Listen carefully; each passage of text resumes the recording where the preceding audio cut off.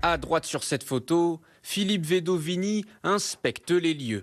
Le grand-père d'Émile Soleil est accompagné de la grand-mère, l'oncle et la tante du petit garçon. Tous reviennent au Haut-Vernay pour la première fois en 7 mois. Ils sont ressortis libres de garde à vue sans poursuite et ils avaient décidé de ne plus se rendre au hameau du Haut-Vernay pour la simple et bonne raison qu'ils avaient eu accès durant ces gardes à vue aux auditions. C'est-à-dire qu'ils ont pu prendre connaissance de ce qui a été déclaré sur eux par leurs voisins. Et donc, ils ont été déçus. Certains voisins, ils ne voulaient plus remettre un pied dans ce hameau. Ensemble et avec leurs avocats, les proches d'Émile explorent chaque scénario et tentent de retracer son parcours le jour de sa disparition en juillet 2023.